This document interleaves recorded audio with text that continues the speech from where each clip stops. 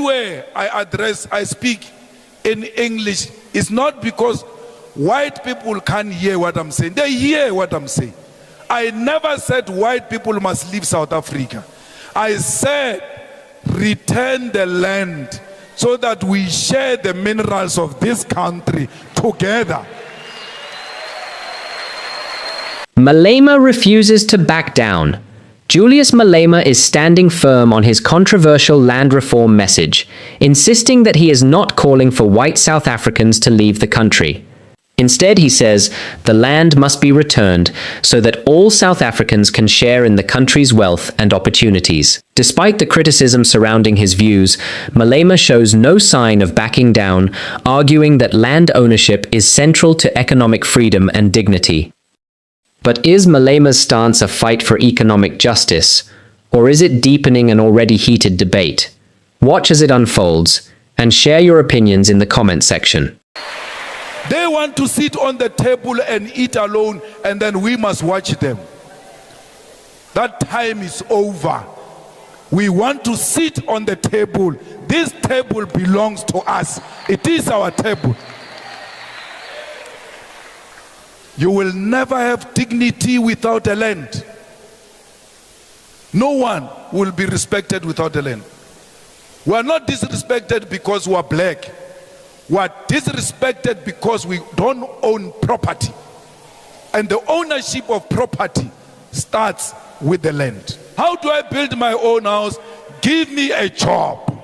I will build my own house.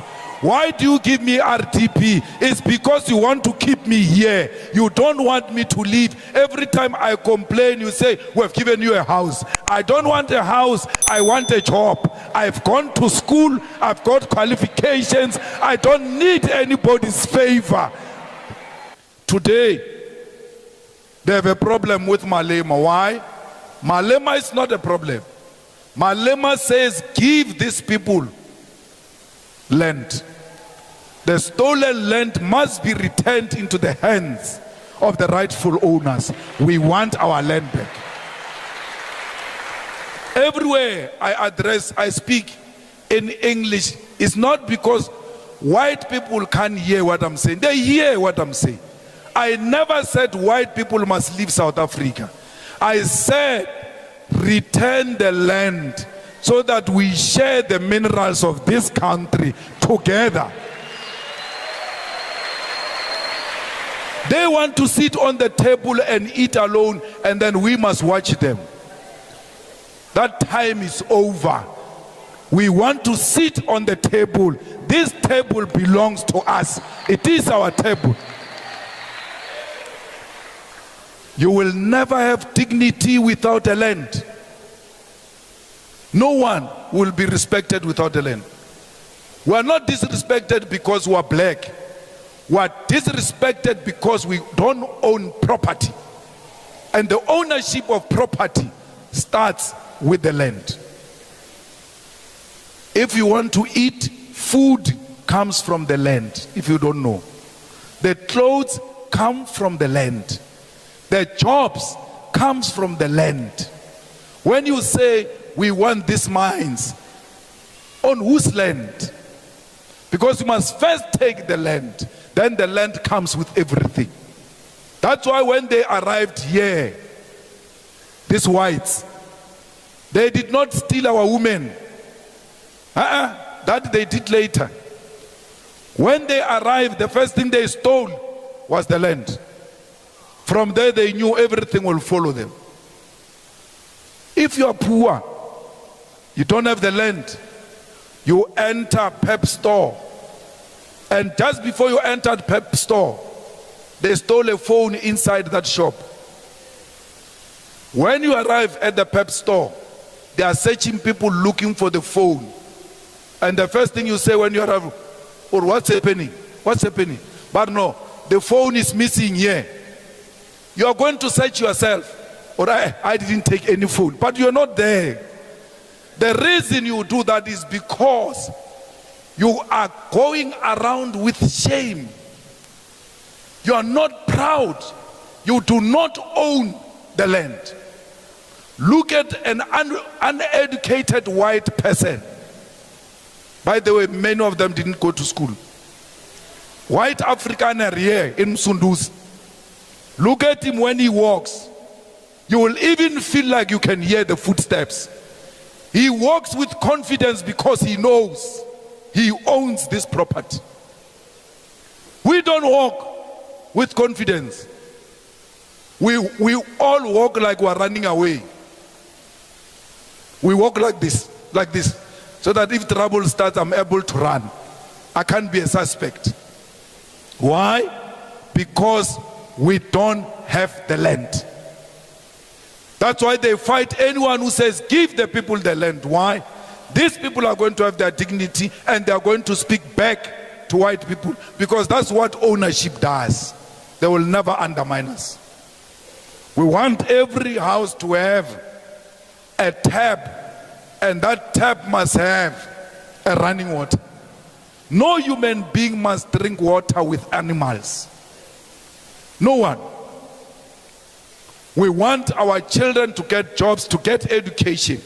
We too, we want everything else that children of white people have. We want to have those opportunities. And we will never give up about that struggle. We are not in a struggle for votes. Whether our votes have declined in KZN or not, as long as we find people gathered like this and saying we are part of the struggle to return the land into the hands of the rightful owners, then we are on the right track. Today when you go to a bank as a black person, you are a high risk.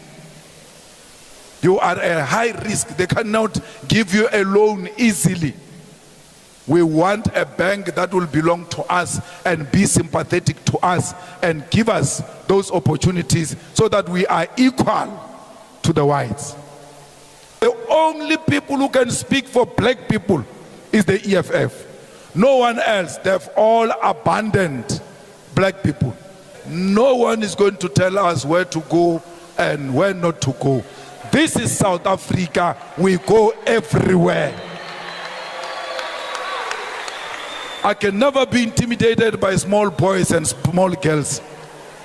They want to know who I am. They must go and ask Donald Trump. These are kids, these ones.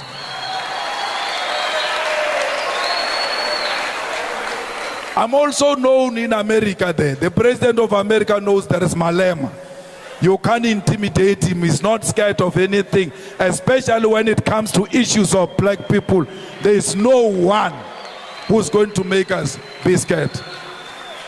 So whether somebody likes us or not, as long as they are unemployed youth, as long as petrol attendants are still paid less money, as long as domestic workers are still being harassed, as long as the farm workers do not have their rights, the EFF will always be there to make sure that the rights of those people are protected. That's why we've got a youth command. Why? Because we are the future. There is no way we can be successful if we don't build the second layer and the third layer of leadership.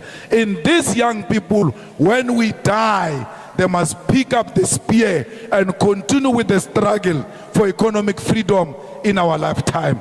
It's a struggle for generations to come. It's not a struggle that is going to end now. It's a struggle that even international oppressors will never agree with it, because they know they are the ones who are benefiting from our minerals. So when we say we want minerals, when we say we want our land, it is the colonizers who are hearing the pain more than us.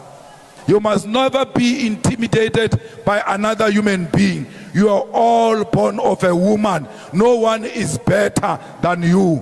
No one has got monopoly of violence, and therefore no one must shaken you, must intimidate you with violence. Even if they kill you, they will never kill your ideas. Your ideas are out there, and those ideas will forever be celebrated.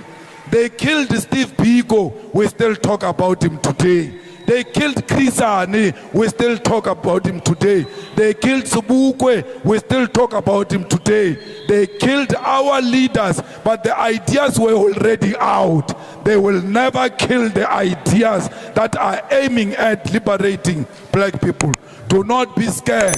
Economic freedom is the future of South Africa. There is no South Africa without economic freedom. The EFF is here to stay, and no one can threaten the future of South Africa. The future of South Africa is red.